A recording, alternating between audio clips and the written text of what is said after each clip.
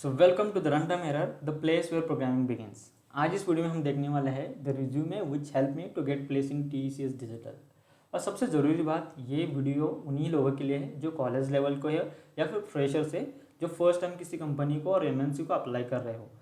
Experience लोगों के लिए ये वीडियो बिल्कुल भी नहीं है, क्योंकि एक्सपीरियंस लोगों के लिए रिज्यूमे थोड़ा अलग फॉर्मेट में होता है। वहाँ पे एजुकेशन एंड ऑल मैटर नहीं करता, वहाँ पे सबसे ज़्यादा इंपॉर्टेंट है वहाँ पर आपका एक्सपीरियंस है। बट जब आप कॉलेज लेवल पे आते हो, एक्सपीरियंस लेवल पर आते हो, तो पे कुछ चीज़ें हैं बहुत मैटर करती है। जैसे कि आपका एजुकेशन, उससे पता चलता है कि आपके किसी एजुकेशन में और कौन से ईयर में गैप तो नहीं है। और सेकेंड इंपॉर्टेंट आती है जो आपके प्रोजेक्ट्स होते हैं, और अगर आपने इंटर्नशिप की है वो भी बहुत मैटर करता है। तो ये वीडियो बस उन्हीं लोगों के लिए है जो फ्रेशर्स है। सबसे ज़रूरी बात, जो भी मैं हर एक सेक्शन डिस्कस करने वाला हूँ उसको अच्छी तरीके से समझना, ताकि आपको पता चले कि हर सेक्शन में कंटेंट मेरा क्या होना चाहिए और क्या नहीं होना चाहिए। So without wasting time, let's get started.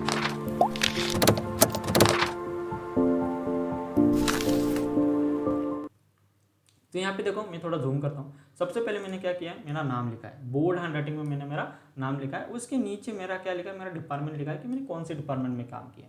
अगर आप सिविल से हो तो यहाँ पे सिविल इंजीनियर लिखो, मैकेनिकल से हो तो मैकेनिकल इंजीनियर लिखो, जो भी आपका डिपार्टमेंट है वो लिख सकते हो। थर्ड देखो, मैंने यहाँ पे मेरा क्या किया है, फोटो अटैच किया है। थोड़ा देखोगे ये थोड़ा फोटो जो है वो बिल्कुल प्रोफेशनल नहीं है। उस समय कोविड चल रहा था तो मेरे पास कोई भी प्रोफेशनल फोटो नहीं था, और यहाँ पे स्टूडियो भी ओपन नहीं था, इसलिए मैंने लगाया क्योंकि मुझे थोड़ा अर्जेंसी थी। जो ड्रेस मैंने इस फोटो में पहनी है वो बिल्कुल भी प्रोफेशनल नहीं है। Try to avoid such checks dress. जो जितना भी हो प्लेन शर्ट पहनने की कोशिश करो जिसका कलर लाइट हो। और सबसे इंपॉर्टेंट बात, पीछे बैकग्राउंड भी क्या होना चाहिए, लाइट होना चाहिए। और सर्कुलर फॉर्मेट में रखने की कोशिश करो, क्योंकि सर्कुलर फॉर्मेट ज़्यादा प्रोफेशनल दिखता है rather than making it square. So I hope सो आपको तीन चीज़ें पता चली। सबसे पहले मेरा नाम, मेरा डिपार्टमेंट और फोटो हमेशा लगाया करो, ताकि प्रोफेशनलिज्म थोड़ा बढ़ जाता है आपका रिज्यूमे का। अब देखो यहाँ पे सेक्शन, ये बहुत इंपॉर्टेंट है। कुछ लोग क्या करते हैं, सब चीज़ें डाल देते हैं, एड्रेस डालते हैं, फ़ोन नंबर डालते हैं, यूट्यूब का वीडियो, इंस्टाग्राम का चैनल, जो भी हो सभी डालते हो, कुछ ज़रूरत नहीं है। देखो मैंने चीनी चीज़ें डिस्कस कर ली यहाँ पे मैंने लिखा है फ़ोन। सबसे इंपॉर्टेंट बात, कंपनी को अप्लाई करते वक्त जो भी मेरा रजिस्टर्ड ईमेल आईडी एड्रेस है वही मैंने यहाँ पे इंसर्ट किया है। और थर्ड, मैंने लिंक्डइन आईडी दी है। मैंने यहाँ पे एड्रेस मेंशन नहीं किया है, और करना भी नहीं चाहिए। क्यों? अरे भाई, वो तेरे घर थोड़ी ना आने वाले हैं तेरा रिज्यूमे लेने के लिए, सॉरी तेरा इंटरव्यू लेने के लिए। जो भी हो ऑनलाइन होने वाला है, या फिर तू जाने वाला है, वो लोग तेरे घर नहीं आने वाले हैं। So try to avoid putting address. So ये भी सेक्शन आपको क्लियर होगा। अब ये आता है ऑब्जेक्टिव्स। तो देखो ऑब्जेक्टिव्स मैंने इतना शॉर्ट और सिंपल रखा है। क्या? To work in enthusiastic and supportive environment which will give me a chance to explore my knowledge and add some values into your organisation. मतलब क्या, मेरे पास जो भी स्किल्स है मुझे आपके कंपनी के लिए वो कंट्रीब्यूट करना है, तो उस कंट्रीब्यूट करने के लिए मुझे प्लेटफॉर्म की ज़रूरत है। That's why I am applying for your company. मैंने स्वीट एंड सिंपल रखा है, कुछ भी फालतू की चीज़ नहीं लिखी हुई है। तो ऑब्जेक्टिव्स पे बहुत ध्यान से लिखना, क्योंकि ये बहुत मैटर करता है कि आपका थिंकिंग प्रोसेस क्या है जब आप किसी कंपनी को अप्लाई करते हो, वो समझ में आता है। सो आई होप सो आपको ऑब्जेक्टिव्स भी अच्छी तरीके से पता चल गया होगा। चलिए बढ़ते हैं नेक्स्ट सेक्शन की तरफ, वो है education. As a fresher education बहुत मैटर करता है। सबसे ज़रूरी बात, यहाँ पे ऑर्डर मैटर करती है। देखो जैसे कि मैंने लिखा है कि from top bottom to top लिखा है मैंने, राइट। मतलब मैं ऊपर से नीचे आ रहा हूँ। जो मैं करंट एजुकेशन हूँ, उससे क्या होता है कि यहाँ से ये पता चलता है कि किसी ईयर में आपका गैप है, या क्या पे आपके फेल हुए थे, क्या कहीं पे आपका गैप हुआ है, क्या ईयर डाउन हुआ है, क्या ये पता चलता है। तो सबसे पहले मैंने लिखा है कि मैं बीटेक पर्सन हूँ। उस समय मैं 4th ईयर में था, इसलिए मैंने 4th ईयर का सबसे पहले लिखा है। फिर मैंने लिखा है 3rd ईयर, देन मैंने लिखा है 2nd ईयर, 1st ईयर, और उसके बाद मैंने डायरेक्टली लिखा है 12th, एंड देन मैंने लिखा है 10th, राइट। यही ऑर्डर फॉलो करना है आपको, ऊपर से नीचे आना है, ऊपर से नीचे आना है। पहले 4th year, 3rd year, 2nd year, 1st year, 12th and 10th, यही ऑर्डर फॉलो करना है। और बस आपको यहाँ पे ईयर और परसेंटेज लिखना है, उसके अलावा कुछ नहीं लिखना है। बस यहाँ पे आपका कॉलेज का नाम लिखो, और ऊपर से लेकर नीचे तक सारा एजुकेशनल डिटेल्स पुट करो। सो आई होप सो आपको एजुकेशन सेक्शन अच्छी तरीके से पता चल गया होगा। अब हम देखते हैं एक्सपर्टीज। अब इस एक्सपर्टीज को मैंने 2 सेक्शन में डिवाइड किए थे जब मैं कॉलेज में था। वो था पहले टेक्निकल, और दूसरा था मेरा सॉफ्ट स्किल। अब टेक्निकल में भी देखो, मैंने बस C++ और C दो ही लिखा है। मुझे जावा भी अच्छी तरीके से आती थी, आज भी आती है। और सबसे ज़रूरी बात, जो भी मैंने यहाँ पे प्रोजेक्ट मेंशन किया है वो पूरा जावा के ऊपर बेस्ड था, बट फिर भी मैंने यहाँ पे जावा नहीं लिखी। क्यों? क्योंकि रिज्यूमे में हर चीज़ लिखना ज़रूरी नहीं है। अगर आप हर चीज़ लिख रहे हो तो उन लोगों के लिए पूछने के लिए कुछ तो क्वेश्चंस रखो। क्योंकि आपका जो रिज्यूमे है it act as a question bank. जो भी आपने रिज्यूमे में लिखा है वो पूरा इसी के ऊपर आपके क्या किए जाते हैं, क्वेश्चंस पूछे जाते हैं। तो हर चीज़ दिखाने के लिए ज़रूरत नहीं है, let them think and ask you the questions so that you are controlling your interview. और तो मैंने सेकंड सेक्शन लिखा है कि सॉफ्ट स्किल। सॉफ्ट स्किल के अंदर मैंने 3 चीज़ें लिखी है। पहला है कम्युनिकेशन, क्योंकि मैं पूरे 4 साल में मेरे कम्युनिकेशन के ऊपर बहुत काम किया था और मैं कम्युनिकेशन में बहुत अच्छा हूँ। आई am really good in English, तो इसलिए मैंने लिखा है। सेकंड मैंने लिखा है कि आई am really good in leadership quality. अब ये क्यों लिखा है, यहाँ पे आप देख सकते हो कि आई was head of event management. मेरे कॉलेज में एक सेल था, उसका मैं हेड था, जहाँ पे मैं खुद इवेंट ऑर्गेनाइज करता था, खुद लोगों को हैंडल करता था। तो इसके वजह से मुझे लीडरशिप क्वालिटी आ चुकी थी, how to handle the people if you are doing something. तो इसीलिए मैंने लीडरशिप रखी है। और थर्ड मैंने लिखा है कि I am good at problem solving ability. अब ये क्यों लिखा है, यहाँ पे देखो, मैं secure 3rd rank in national level industrial problem solution. और सबसे सेकेंड इंपॉर्टेंट बात, जो मैं लीड कोड का प्रोफाइल था और कोडशिप का प्रोफाइल था, वहाँ पे मुझे 100 क्वेश्चंस मैंने सॉल्व किए थे। तो उसके लिए मैं खुद कह सकता हूँ कि आई am really good in problem solving ability. तो इसलिए मैंने वो लिखा है, राइट।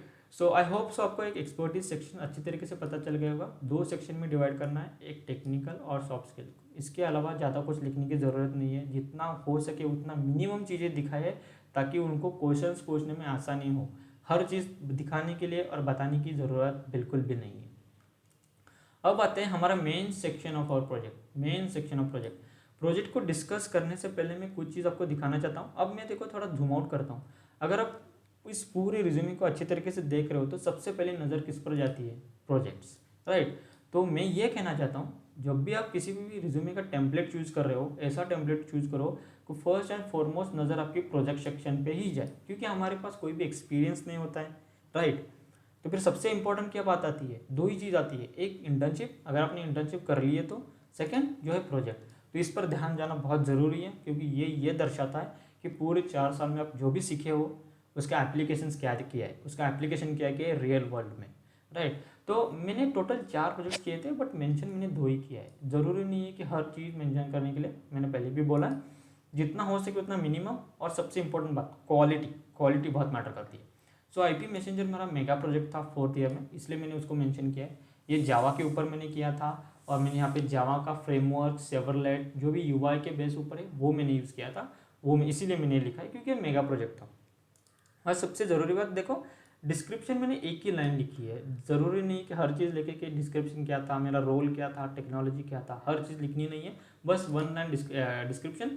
जब वो पूछेंगे कि आपका रोल क्या था, आपने क्या किया था, तब बताना आपने बार मेरा रोल फ्रंट एंड था, मैंने ये काम किया है, मैंने वो काम किया है। बट रिज्यूमे में वो मत लिखो, क्योंकि let you control your interview, उनके हाथ में मत देना। तो मैंने यहाँ पे मैंने टाइम भी लिखा है कि कितने महीने लगे मुझे प्रोजेक्ट करने के लिए। और जो सेकंड प्रोजेक्ट है जो CS एनसाइक्लोपीडिया, वो मेरा मिनी प्रोजेक्ट था जो मैंने 3rd ईयर में किया था। तो ये क्या लिखा है देखो, to get all the information of computer field offline. तो थोड़ा मिनी प्रोजेक्ट था, इसका इतना इम्पैक्ट नहीं था, फिर भी मैंने लिखा है क्योंकि मुझे एक ही प्रोजेक्ट नहीं रखना था, 2 प्रोजेक्ट रखने थे, तो इसलिए मैंने ये 2 प्रोजेक्ट चूज़ किया। मोस्ट इंपॉर्टेंट बात, इस प्रोजेक्ट सेक्शन को बहुत ही अच्छी तरीके से स्टडी करके इंसर्ट करना। कुछ भी चीज़ें, फालतू की चीज़ें मत इंसर्ट करो, क्योंकि एज ए फ्रेशर ये सेक्शन बहुत इंपॉर्टेंट होता है, बहुत ही इंपॉर्टेंट होता है। तो इसके बाद मैंने अचीवमेंट्स लिखे हैं, बट इफ़ इन केस अगर आपने कोई भी इंटर्नशिप करी है तो वो भी आप यहाँ पे पुट कर सकते हो। प्रोजेक्ट से पहले इंटर्नशिप मेंशन करना, फिर इंटर्नशिप के बाद प्रोजेक्ट मेंशन करना, क्योंकि वो ऑर्डर बहुत मैटर करती है। इंटर्नशिप कर रहे हो तो डायरेक्टली आप रियल वर्ल्ड में काम कर रहे हो, वो शोकेस होता है, राइट। और उसके बाद आपके प्रोजेक्ट मेंशन करना इंटर्नशिप के बाद। तो अब हम आते हैं अचीवमेंट सेक्शन की ओर। अब इस अचीवमेंट को भी मैंने 2-3 सेक्शन में डिवाइड किया, curricular, extra curricular and workshop attended and training, right. ये किया। अब करिकुलर मतलब क्या, जो कॉलेज लेवल एक्टिविटीज़ होती है वहाँ पे। तो यहाँ पे मैंने 2 चीज़ें मेंशन किया है, एक first rank in programming competition SS 2019। मतलब एक क्या हुआ था, 2-3 कॉलेज के बीच में प्रोग्रामिंग कंपटीशन हुई थी, तो उसमें मेरा फर्स्ट रैंक आया था, वो मैंने मेंशन किया है।